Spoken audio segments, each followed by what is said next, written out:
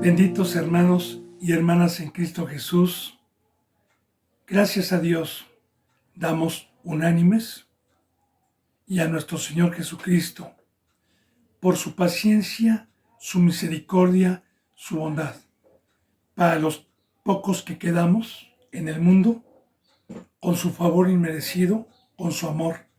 Por los pocos que quedamos de pie, por los pocos que quedamos con temor y temblor, esperando la redención, el rescate de la gran tribulación, de los principios de Dios de parte de la gran tribulación, que ya están y que se avecinan peor.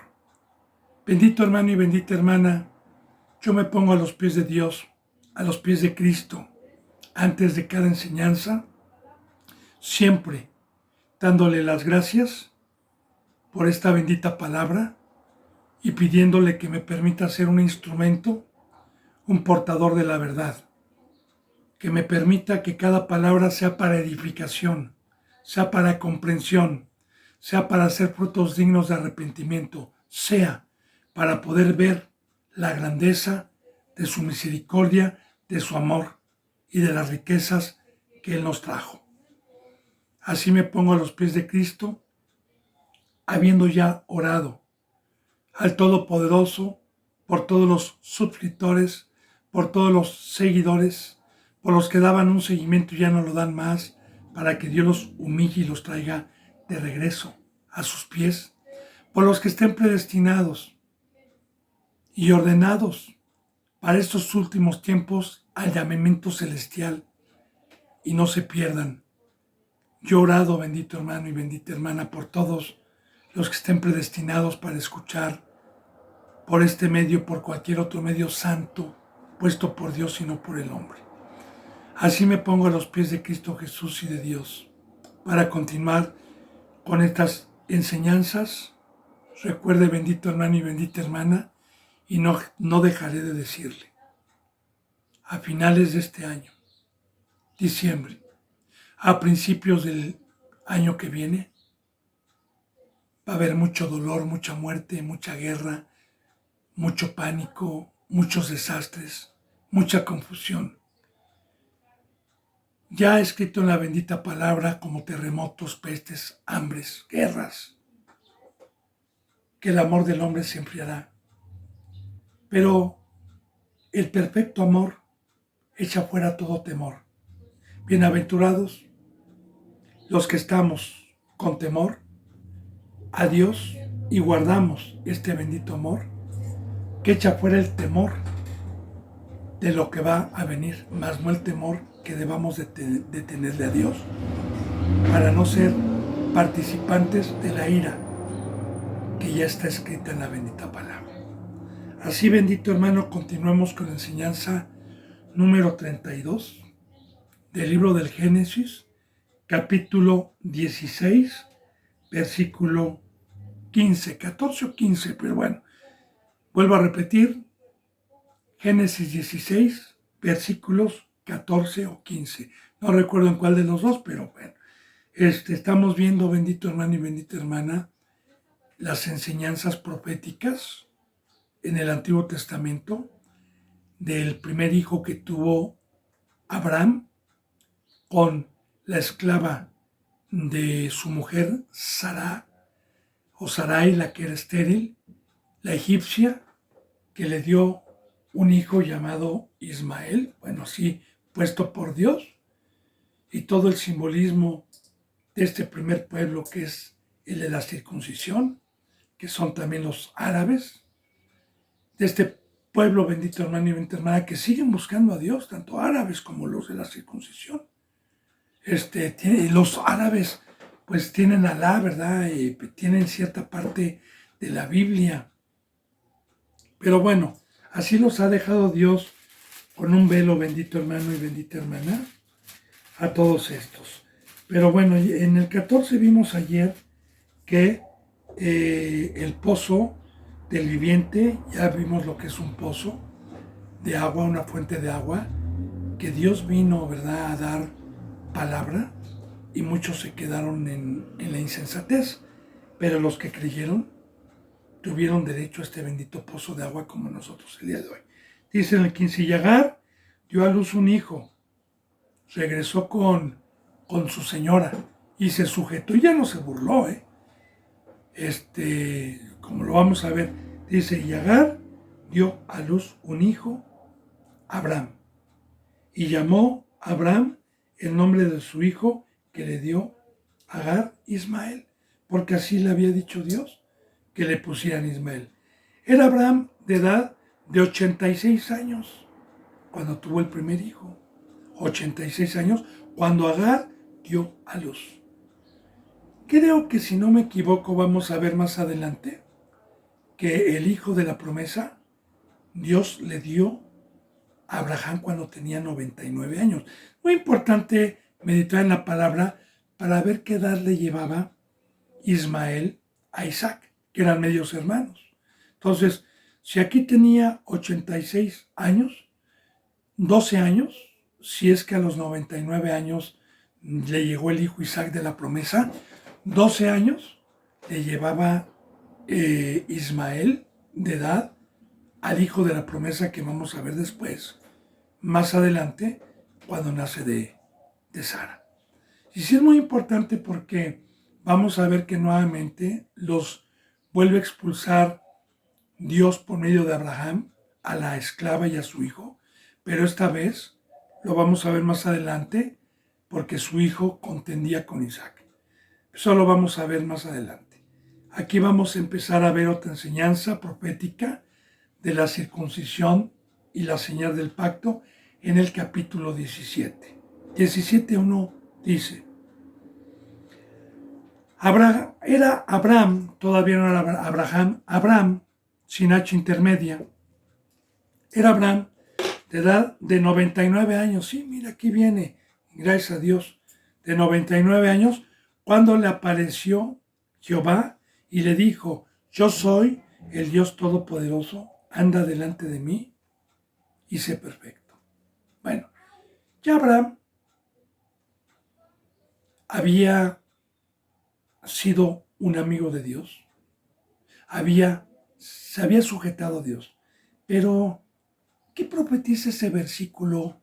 Porque recuerde, bendito hermano y bendita hermana, el carnal, el terrenal, la Biblia la acomoda a lo terrenal.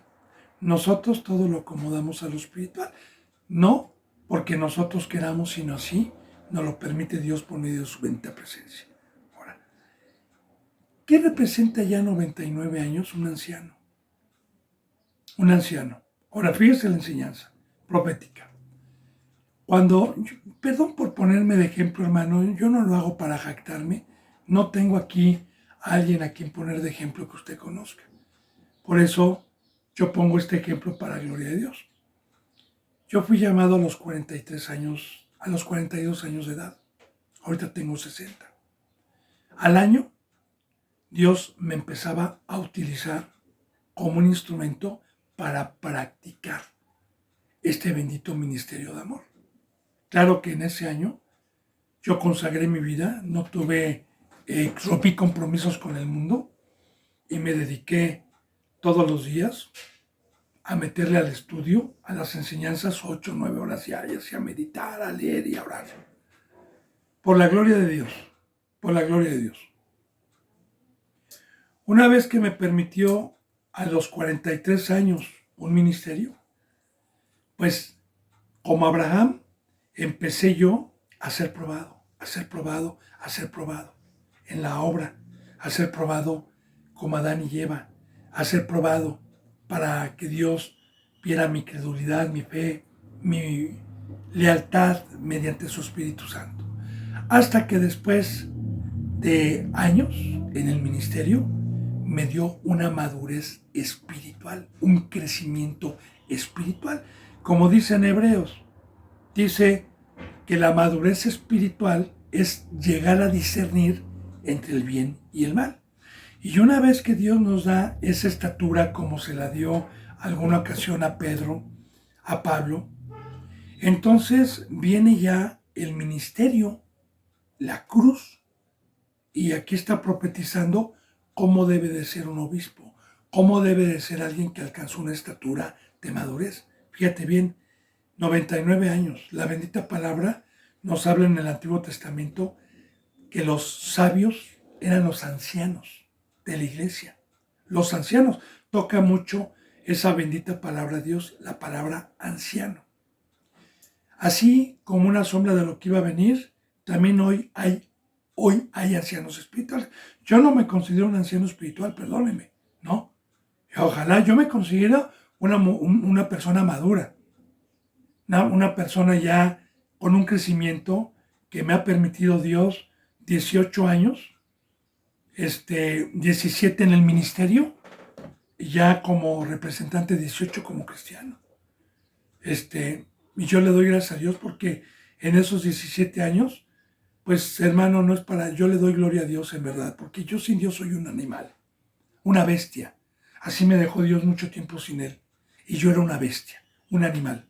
Entonces, en estos 17 años que Dios me ha permitido, no hay un solo día que haya dejado la obra de Dios. Lunes, martes, miércoles, todos los días. Y eso me ha dado un crecimiento más de los que se dicen tener 25 o 30 años, que nada más los domingos van un día a un servicio y van una hora a dar palabra, hora y media.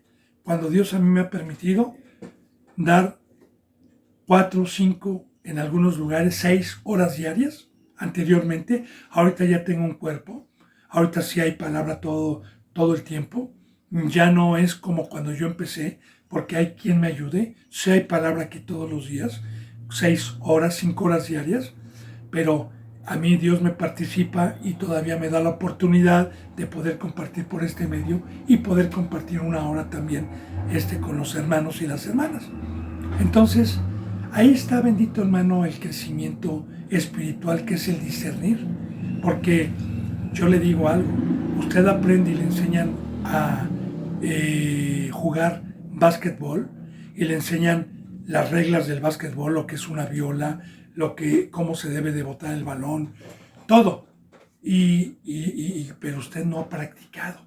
No es lo mismo entrar al campo a practicar que la enseñanza y deber. Entonces, el practicar hace al maestro, la práctica hace al maestro. Así lo dice un proverbio en el mundo, la práctica hace al maestro. Y creo que ese proverbio está bien dicho. Efectivamente, también aquí, ¿verdad? La práctica que Dios me ha permitido me ha dado la recompensa de tener un discernimiento y de tener una estatura. Y también hay en iglesias, debe de haber, yo no digo que no haya, aunque estemos en la apostasía en estos últimos tiempos, no dudo ni por un segundo que haya algunas congregaciones en la verdad, que sean y que haya ancianos espirituales de verdad, que no los conocemos y no los reconocemos porque no se dejan dar gloria, porque no van por riquezas, por eso no los conocemos en YouTube, por eso no los conocemos en otros medios. Bueno, entonces, bendito hermano y bendita hermana, eso representa un anciano.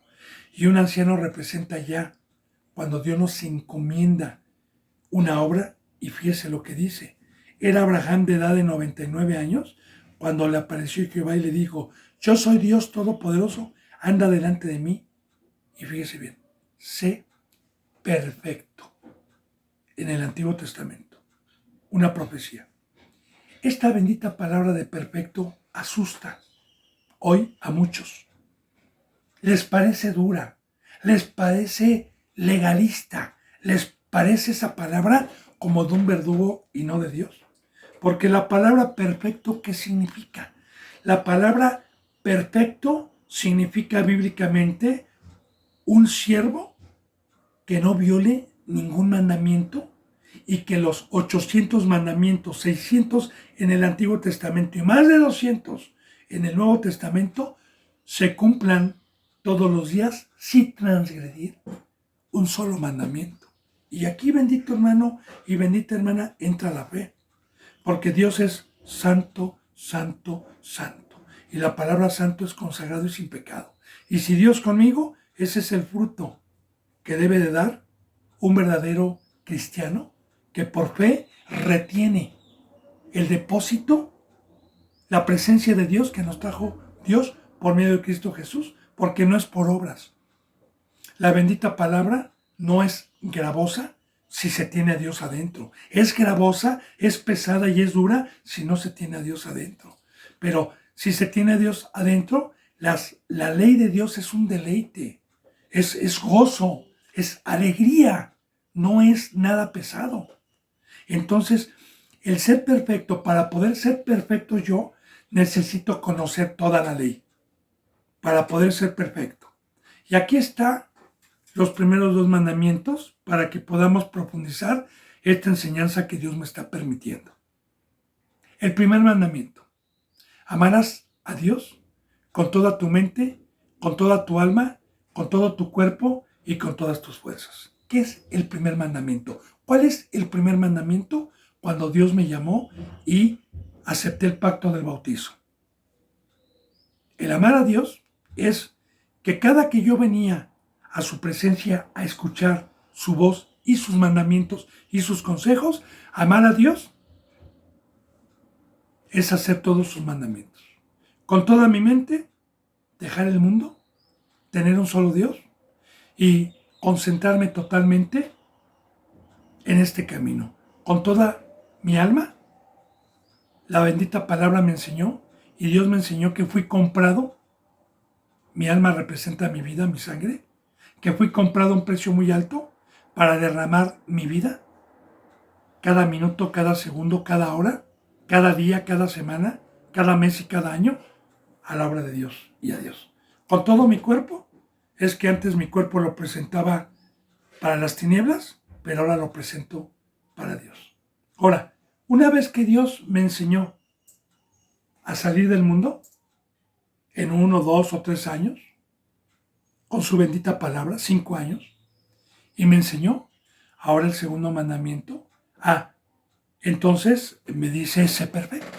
Perfecto es, ya te di todos mis mandamientos, ya te di toda mi enseñanza, ya no hay nada que te pueda enseñar. Ahora sé perfecto, es no transgredas ninguna ley, porque también en la ley está amar al prójimo, una obra. Ahora, ser perfecto es tener la imagen de Dios y caminar como Cristo Jesús caminó. Que Cristo Jesús no se le conoció pecado, que Cristo Jesús se hizo obediente hasta la muerte de cruz. Y la bendita palabra no nos enseña. Le voy a tocar algunas citas bíblicas para que no me vaya a tirar a mí de a loco, ¿sí? En el Nuevo Testamento, en Timoteo, capítulo 2 o capítulo 3, habla de cómo el fruto que debe tener un obispo. Y un obispo es un sacerdote de Dios, sin importar el don, ya sea apóstol, maestro, profeta, evangelista, diácono, no importa. Un apóstol, un pastor, un maestro es un obispo. Un obispo es un sacerdote, sin importar el don. Ahora, dice la palabra en Timoteo que el obispo debe de ser irreprensible. Ahí está la palabra perfecta. Si gusta lo puede leer, bendito hermano y bendita hermana. Esto viene en Timoteo. Y es el pacto de un sacerdote. Debe de ser irreprensible. Que tenga buen testimonio de los del mundo y de los de adentro. Casado una sola vez. Que no sea iracundo. Que no sea dado al vino. Que sepa gobernar. Casado una sola vez. Con hijos sujetos, que sepa gobernar a su esposa y a sus hijos y su propia casa y los tenga en sujeción. Porque si no sabe gobernar a su esposa y a sus propios hijos, ¿cómo va a poder gobernar a la iglesia? Ahí está la perfección. Ahí está este bendito pacto que vino a quitar Dios el primero, que fue imperfecto, que fue con pecado porque fue a la carne, y este bendito pacto que el sacrificio de Cristo Jesús y ya no de animales nos trajo el Espíritu Santo, nos trajo el fuego de Dios para poder alabar y adorar a Dios y consagrar nuestras vidas en una sujeción total. Entonces, el discípulo puede caer, puede resbalar, mas no practicar el pecado. El discípulo va creciendo como un niño, va teniendo errores. Ese es el discipulado. como Pedro, como Juan, que tropezaban, que pecaban, pero que no les era contado como un pecado de muerte porque iban creciendo. Más, cuando Cristo Jesús los dejó preparados, entonces les dijo, ya no pequen más, apacienta mi rebaño, deben de ser perfectos. Ahora, aquí está, yo soy el Todopoderoso, anda delante de mí y sé perfecto. Dice, y si tú haces esto, pondré mi pacto entre mí y ti, entre mí y tú, o ti, y te multiplicaré en gran manera. Ahora, ¿cuál es la bendición? Porque detrás de cada mandamiento hay una promesa de Dios. ¿Cuál es la bendición? Cuando alcanzamos la perfección mediante la fe y mediante el poder de Dios y la madurez espiritual. ¿Cuál es la bendición? Si yo no peco, si yo no regreso para atrás y llamo a Dios y llamo a mi prójimo. Entonces, el pacto que estableció Dios es que me iba a quitar la esterilidad como Sara, como iglesia, y me iba a multiplicar en gran manera. Porque quiero decir algo muy importante, bendito hermano y bendita hermana. ¿Sabe qué es atesorar y sabe cómo se llega a la vida eterna? Con trabajo, con obra. Y el trabajo y la obra es que Dios me permita y me dé, si yo le cumplo, un campo y me permita quitarme mi esterilidad para que me dé ovejitas o me dé hijos y pueda yo consagrar como una nodriza y dar mi vida para presentar a esos hijos suyos que me está dando en sacrificio vivo, santo y agradable a Dios.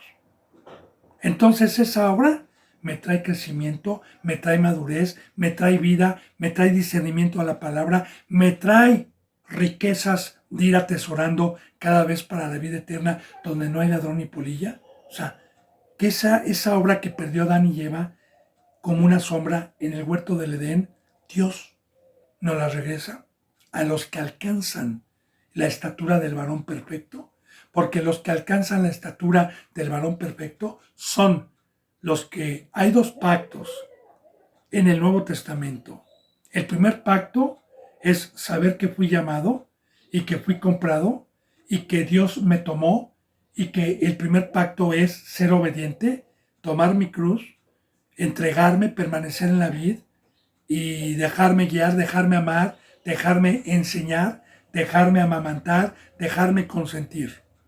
Ese es el primer pacto como discípulo, el ser obediente y llamar a Dios.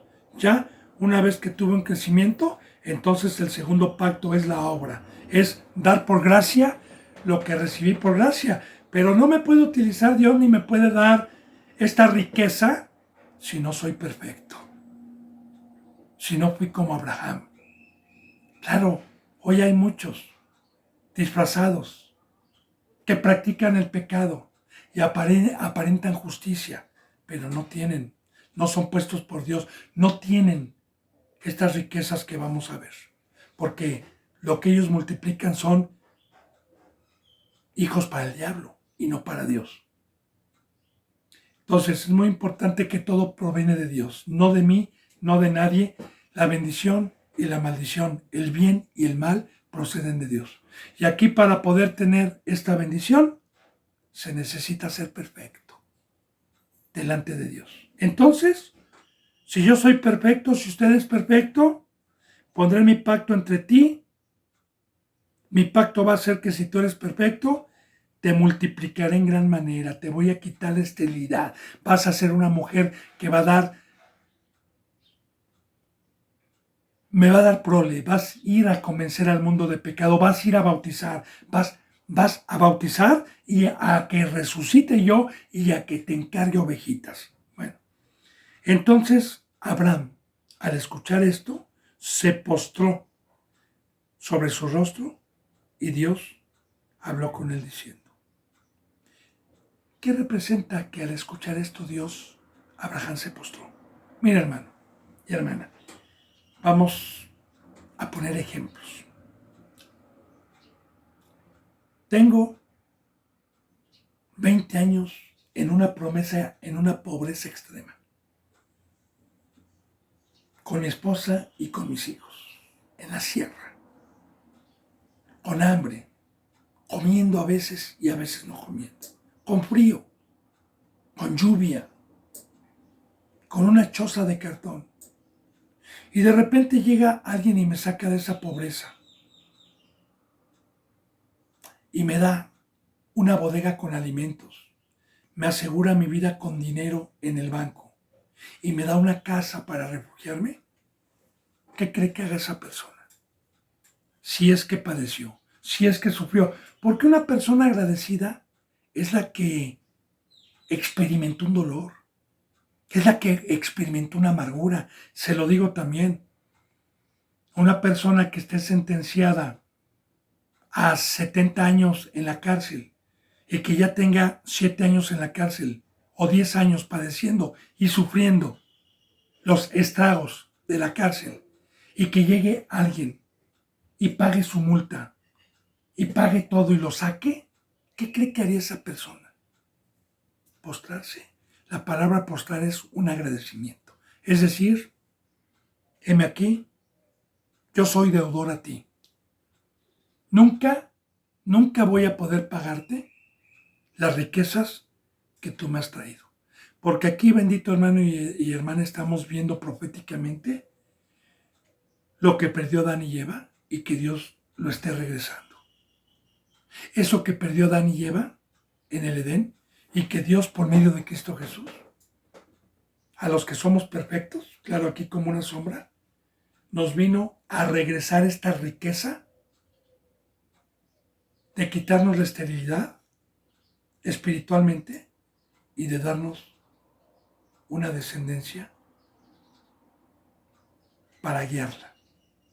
Es, yo como le digo, la bendita palabra me enseña a mí que la mayor meta, la mayor riqueza que nos trajo Dios por medio de Cristo Jesús es alcanzar un ministerio. Y eso ya depende de cada uno. Porque Dios a todos los que nos llamó estábamos predestinados. Pero de ahí a que usted o yo sea crédulo y alcance esa meta,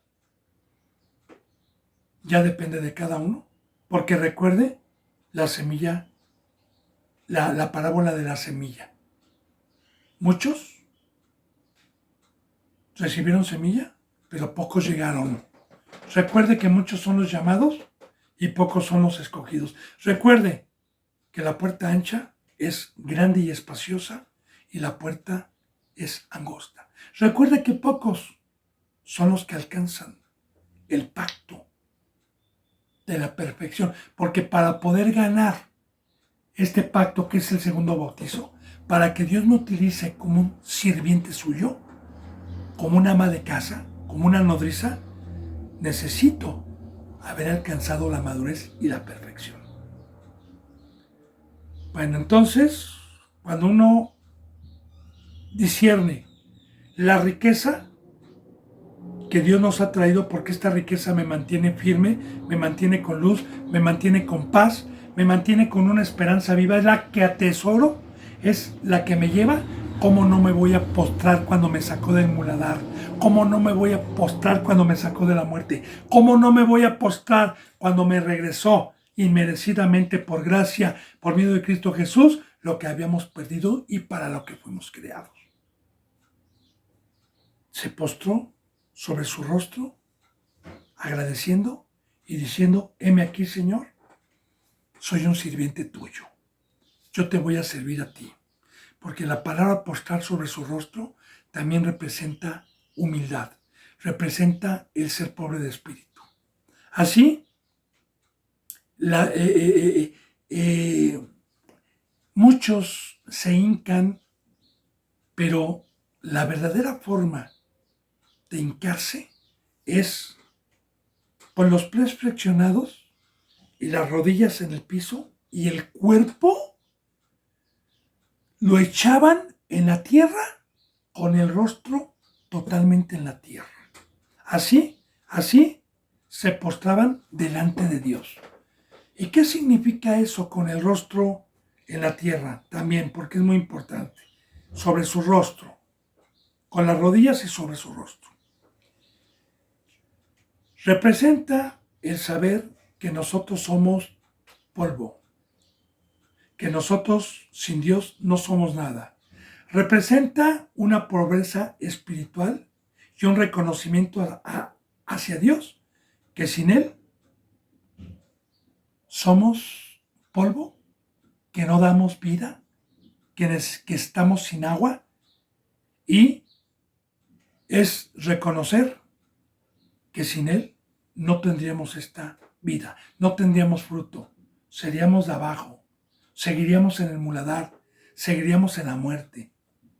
Una persona, por ejemplo, que fue sacada de la cárcel o que después de 20 años fue rica, va a agradecer todo el tiempo y va a reconocer que no fue por sus fuerzas, que no fue por su inteligencia, que no fue por su obra ni por su trabajo el que hoy coman, el que hoy que tengan una casa, sino siempre van a reconocer que si no hubiera ayudado a ese rico, a esas personas, jamás hubieran podido estar en esa situación. Eso significa, bendito hermano y bendita hermana. Así que los que hemos tenido el privilegio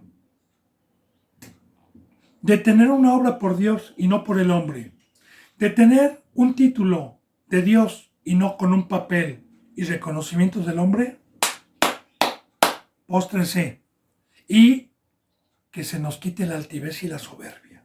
Porque muchos, cuando se les da un diploma y terminan una escuela teológica, se enaltecen, pero aquí es todo lo contrario. Aquí, el pacto que vino a establecer Dios conmigo es humillarme, es estar a sus pies, es que el ser apóstol, maestro, profeta, evangelista, no importando el don que me dé, el don que me haya dado es para ser sirviente. El ser discípulo me engrandece porque me aman, porque la persona a la que Dios me encargó, sea pastor o sea una iglesia, va a tener que dar cuentas en mi discipulado y me tiene que dar la vida, me tiene que amar, me tiene que servir, me tiene que sustentar, me tiene que arrullar, me tiene que cambiar los pañales espirituales. Pero una vez que alcancé la madurez, entonces soy un sirviente. Y como sirviente me tengo que humillar, tengo que postrar mi rostro, tengo que saber que el grande es Él y que el pacto y las bendiciones y las riquezas que me están dando son de Dios y no mías. Bien. Entonces Abraham se postró sobre su rostro y Dios habló con él diciendo: He aquí, mi pacto es contigo y serás padre de muchedumbre de gentes. ¿Se acuerda cuando Dios le prometió a Abraham riquezas? ¿Qué dijo Abraham en 2 o 3 enseñanzas pasadas? Señor, no tengo hijo, no tengo a nadie a quien heredarle. Ahora, Abraham pedía un hijo, o Abraham pedía un hijo, no una muchedumbre. De igual manera, bendito hermano y bendita hermana, recuerde, no se le olvide lo que hemos visto. 2 descendencias de Abraham, una como la arena del mar, que es el primer pueblo que salió de sus lomos, y que por eso están las genealogías, porque de Abraham nace nuestro Señor Jesucristo, y también la genealogía de las estrellas, que es como padre de la fe. O sea, Abraham fue padre de 2 simientes, una de carne, por su semen, y otra espiritual por su fe, por haber dejado su parentela y haberlo dejado todo. Ya profetizando este nuevo pacto, los que somos de arriba, los que lo dejamos todo y que somos hoy estrellas y luz. Entonces, aquí está, fíjate bien, padre, porque Abraham es el padre de la fe, Abraham fue el padre de todo este pueblo hebreo, padre, primeramente de la arena del mar, padre de muchedumbres de gentes, te haré, He aquí mi pacto es contigo, serás padre de muchedumbres de gentes. Y dice, y no se llamará más tu nombre Abraham, sino que será tu nombre Abraham, porque te he puesto por padre de muchedumbre de gentes. Y eso es lo que significa el nombre de Abraham, padre de multitudes o de muchedumbres. Recuerde, bendito hermano y bendita hermana, a mí mis padres me pusieron, para poder profundizar esta palabra, perdón, a mí mis padres me pusieron Luis Eduardo, me llaman Lalo. Este nombre, cuando Dios me llamó a los 42 años, me lo quitó y me puso otro nombre que no conozco. Que en Apocalipsis dice la bendita palabra que a los que venzcan, a los que se les dará un nuevo nombre con una piedrecita blanca en la frente y tendremos un nombre nuevo. Porque todos los nombres que Dios ha puesto a los escogidos tienen un significado. Todos los nombres, como Pedro, como Moisés, como Abraham, como Samuel, tienen un significado. Entonces, aquí Abraham significa Abraham, padre de muchedumbres. Primero, del primer pueblo, como la arena del mar, y luego, como el padre de la fe, a todos los que salimos de nuestra parentela, de nuestros ídolos, salimos al desierto a ser obedientes. Bien. Y te multiplicaré en gran manera, dice en el 6, versículo 6, y haré naciones de ti y reyes saldrán de ti. Sí, tanto en el primer pacto, las naciones en su momento, porque hoy nosotros conocemos como naciones los países que están en el mundo entero. Yo conozco como nación a México, como una nación Estados Unidos, pero de igual manera, bendito hermano y bendita hermana, en las tierras que Dios repartió en su momento, en la tierra de Canaán, cuando repartió las 11 tribus, también fueron proféticamente ciudades, ¿verdad? A veces llamadas como naciones. Haré naciones de ti y reyes saldrán de ti. Vamos primeramente a ver el primer pueblo. El primer pueblo de la descendencia, como la arena del mar,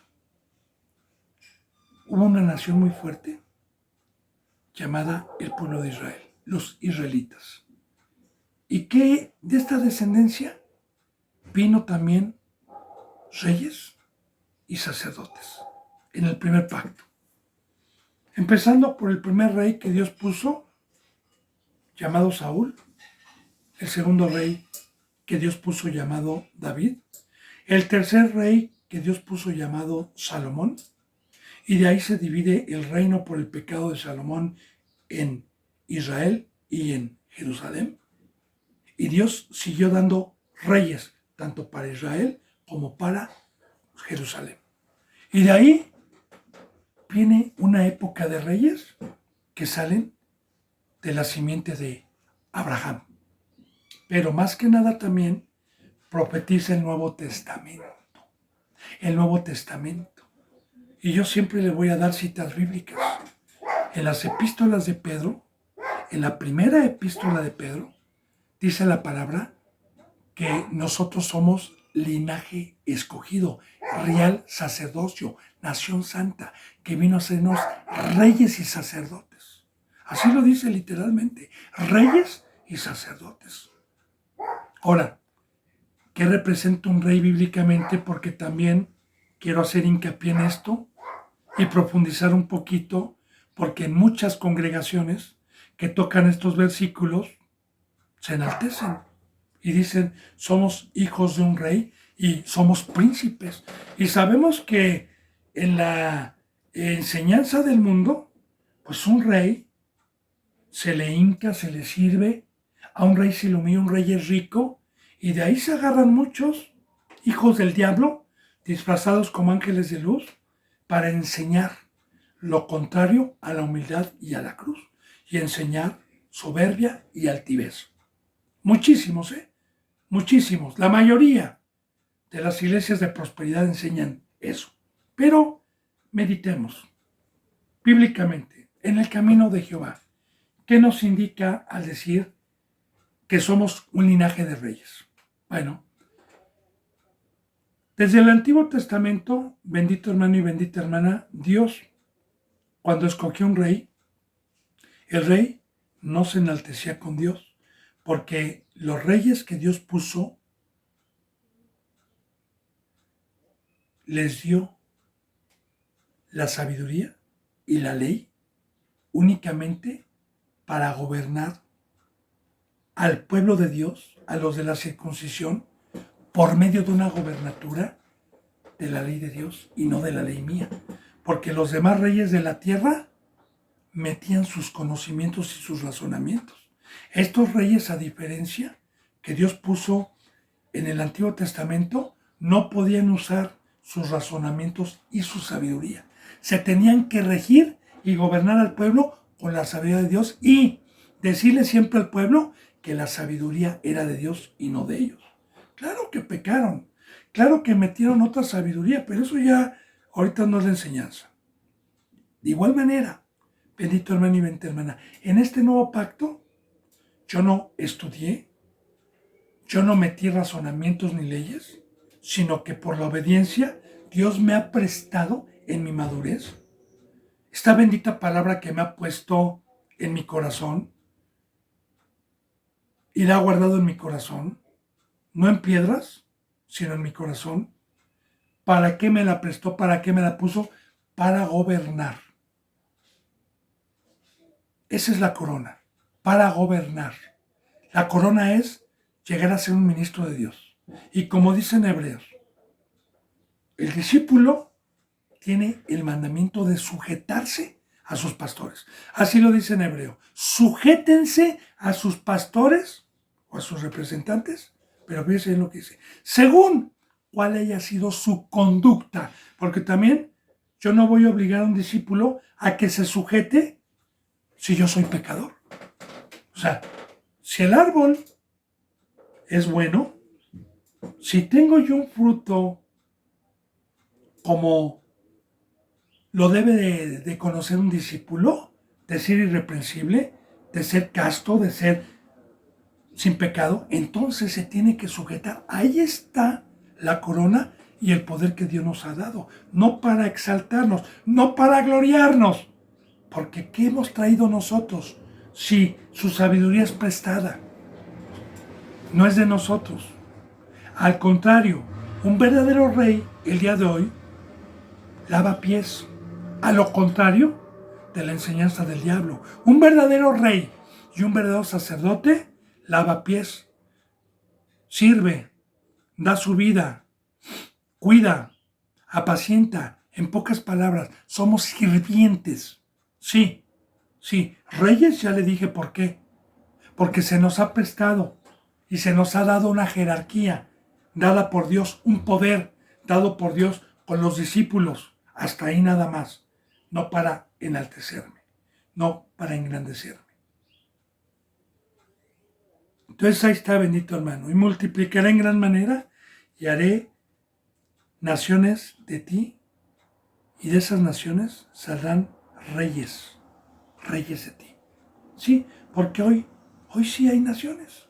Hoy sí, en México, primeramente empezó el Evangelio en Israel, en Jerusalén. De ahí, bendito hermano y bendita hermana, la Biblia nos dice que el Evangelio se fue a Europa, a Asia, y en todos lugares la profecía de Dios se hace. Porque fueron estos primeros varones a ser reyes y sacerdotes. ¿Y por qué dice que salieron de la simiente de Abraham? Porque ya le dije que Abraham es el padre de la fe en el nuevo pacto. ¿Mi padre es Abraham? Sí. Es Dios. Pero el padre de la fe es Abraham. El padre que me dio vida es Dios, pero el padre de la fe es Abraham. ¿Por qué? Porque fue el primer hombre que a los 75 años, cuando Dios le llamó, tomó su cruz, se alejó, lo estimó todo como basura por estas promesas. Bueno, dice, y estableceré mi pacto, dice en el versículo 7, estableceré mi pacto entre mí y ti y tu descendencia después de ti en sus generaciones por pacto perpetuo para ser tu Dios y el de tu descendencia después de ti. Aleluya, gloria a Dios. Porque la bendita palabra nos enseña perfectamente bien en Efesios capítulo 2, es una de las muchas enseñanzas que hay, que nosotros antes estábamos en ignorancia, ajenos al pacto, ajenos al Dios verdadero, que antes estábamos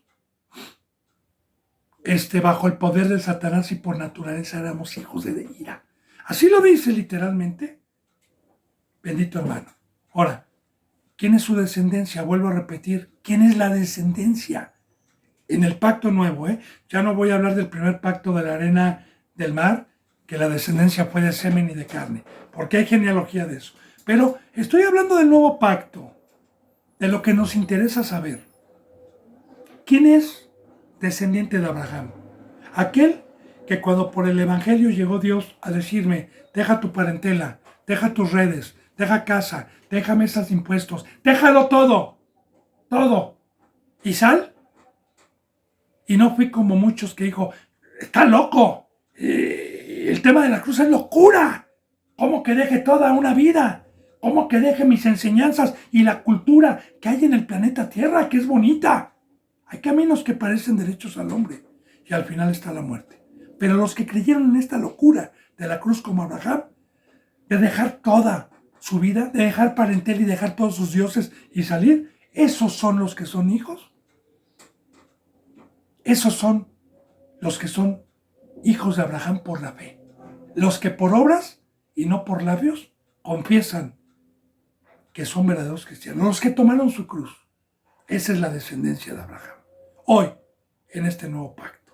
Ahora, fíjese la bendición a los que tomaron su cruz, a los que creyeron, a los que salieron de Egipto, a los que salieron de los caldeos. Fíjese bien, y estableceré mi pacto, ahora, entre mí y ti, tu descendencia después de ti y generaciones.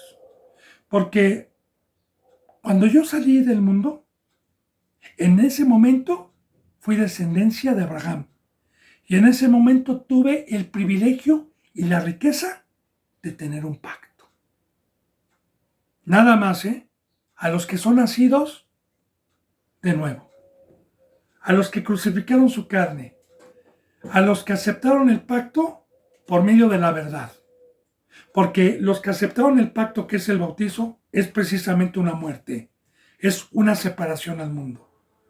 Y recuerda que decía Juan el Bautista: arrepiéntanse porque se ha acercado el reino de los cielos. ¿Cuál era la entrada al reino? ¿Cuál es la entrada a este pacto? El arrepentimiento. Y el arrepentimiento es salir de mi parentela, es saber que eso es pecado y haber salido. Entonces, ahí está. Ese es el padre de la fe. Y con esta descendencia hace pacto Dios. Dice, y tu descendencia después de ti en sus generaciones. De igual manera. Salí. Mi padre es Abraham. Imité a Abraham. Tuvo un crecimiento. Dios me empezó a utilizar como una mujer fructífera. Me quitó la esterilidad. Y también di hijos de la descendencia de Abraham. Porque nosotros enseñamos la verdad. Los que hemos tomado la cruz, los que nos hemos sujetado, hablamos un solo lenguaje. Hablamos una sola verdad. Que nos enseña a ser descendientes de Abraham, porque nos enseña la palabra a una muerte, a una separación. Ahora, Esto de las generaciones por pacto perpetuo. Sí, van más de 2000 años. Y sigue perpetuo el pacto. Y sigue habiendo descendencia de Abraham. Muy poca, pero la sigue habiendo. Y el pacto es para los hijos de Abraham. Dice, para ser tu Dios, primeramente, y el de tu descendencia después de ti. Entonces, primeramente Abraham, para ser tu Dios. Ahora, ¿qué precio hay para que Dios sea mi Dios? Y la descendencia de Abraham, claro. ¿Qué precio hay? Bueno, yo le voy a decir algo. La palabra nos enseña que este planeta Tierra hay millares de dioses. Millares de dioses.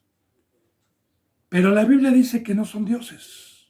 Pero sí nos habla de millares de dioses. Que antes de que yo fuera cristiano, yo tenía muchos dioses. Tenía el dios afán, tenía el dios trabajo, el dios dinero. Y le digo, bendito hermano y bendita hermana, siempre le he resumido esto. Un dios es un poder sobrenatural en el cual nosotros ponemos nuestra confianza y nuestra vida para servirle. Eso es un Dios. Alguien en que tenemos toda la confianza en que nos dé lo que necesitamos, o lo que requiramos, o lo que desee. Ahora, esos dioses, para que nos den, hay que servirles. Le voy a poner un ejemplo.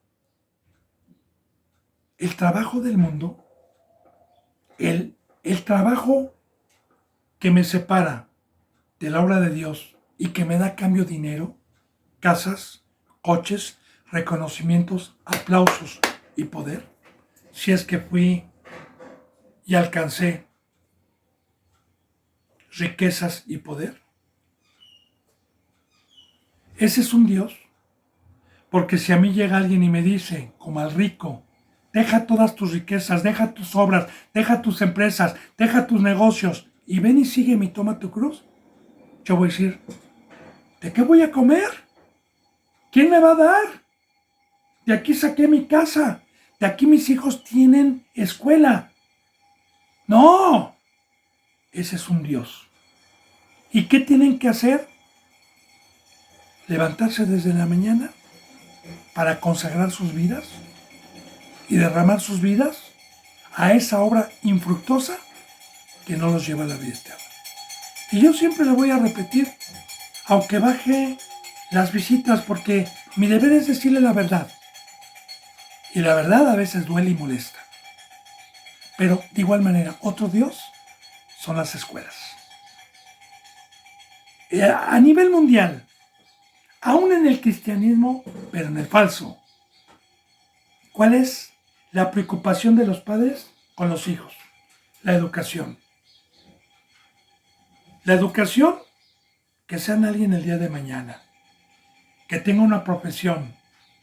¿En qué están poniendo su confianza? ¿En el Dios del cielo? ¿O están poniendo su confianza en otro Dios? El cual ese Dios les pide para tener una profesión, para tener el día de mañana un reconocimiento, les pide sus vidas.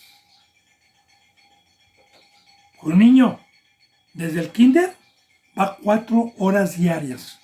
En la primaria, 6 horas diarias. En la secundaria, 6 horas diarias. En la preparatoria, 8. En la universidad, todo el día. ¿Por cuántos años?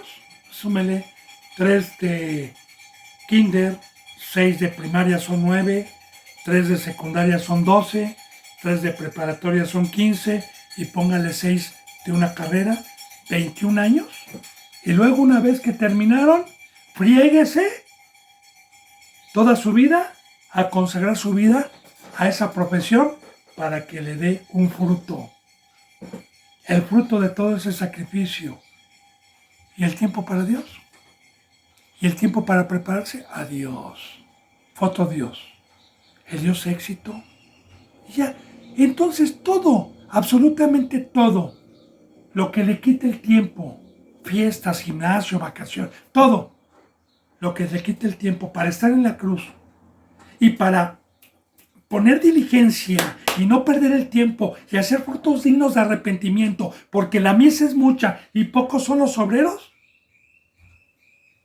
Entonces, en el momento en que yo comprendí que fui comprado a un precio muy alto y que tengo que estimar todo eso como basura, entonces el privilegio es que nosotros tenemos un solo Dios y un solo mediador.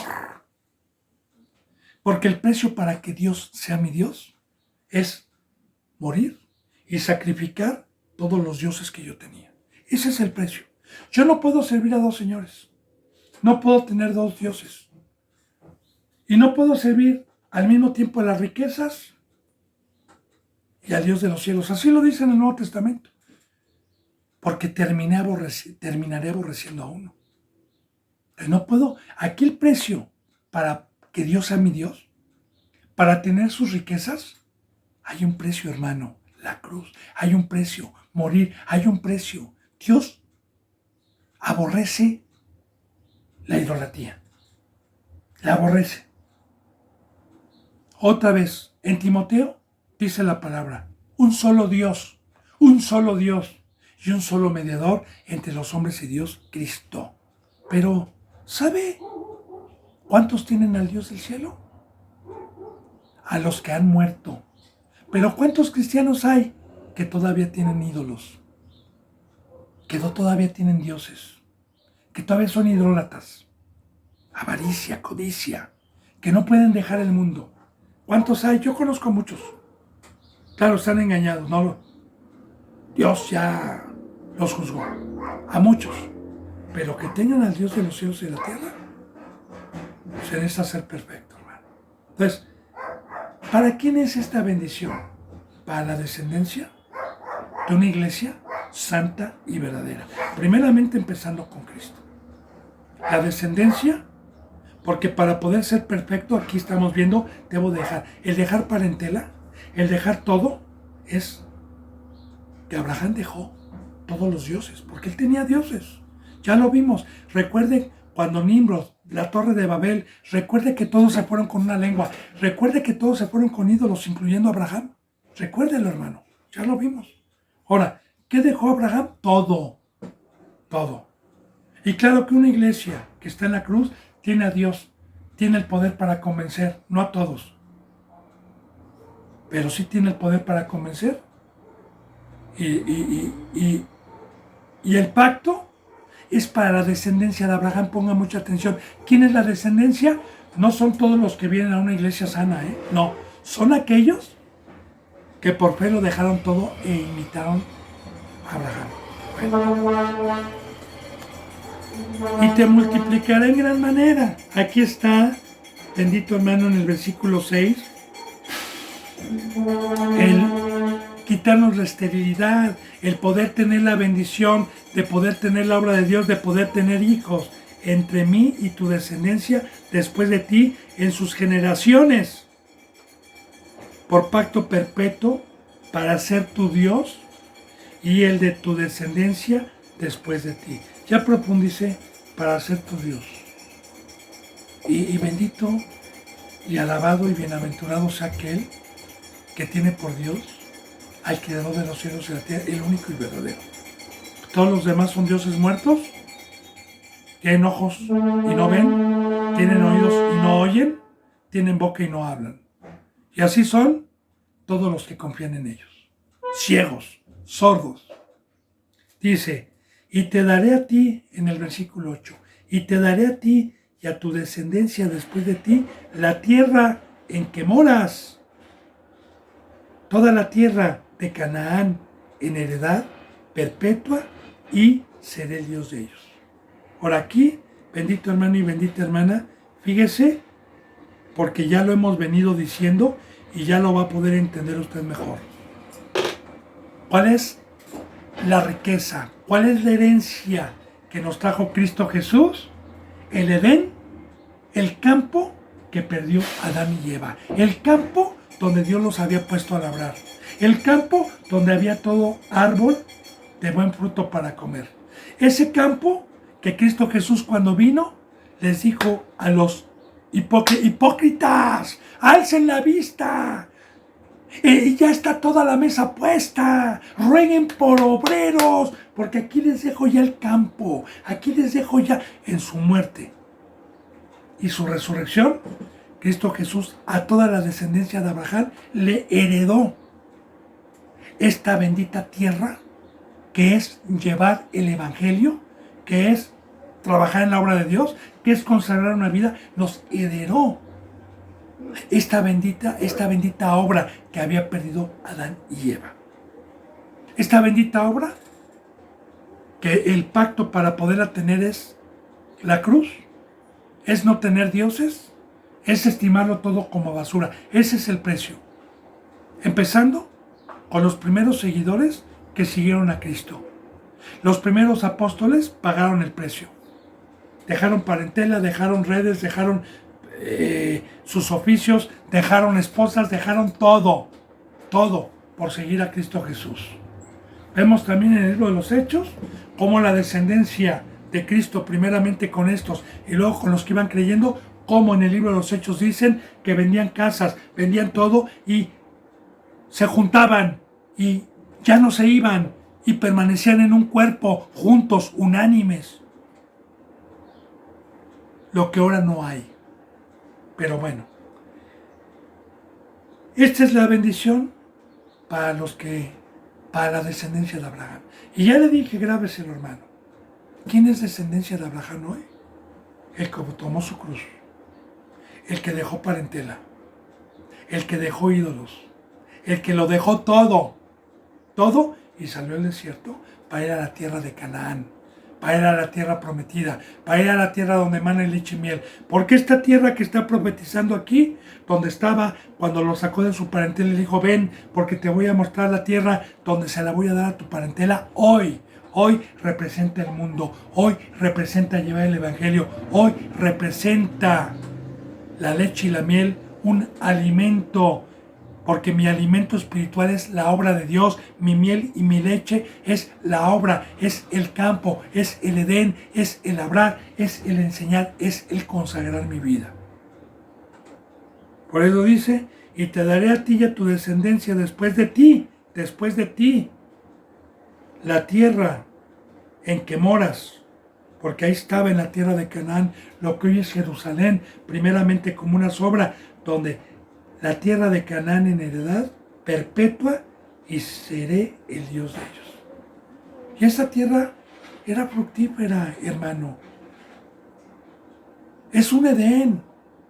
Se da todo. Dátiles, palmeras. Es una tierra buena. Ya como una sombra de que la tierra que trajo Cristo Jesús, que es el Evangelio y la semilla, con la presencia de Dios, íbamos a multiplicar, íbamos a trabajar. Bendito hermano y bendita hermana, se me ha ido la hora. Si Dios quiere, mañana continuaremos con el versículo 9. Yo le mando un abrazo y el beso del ósculo santo. Hasta mañana, si Dios lo permite, y gracias.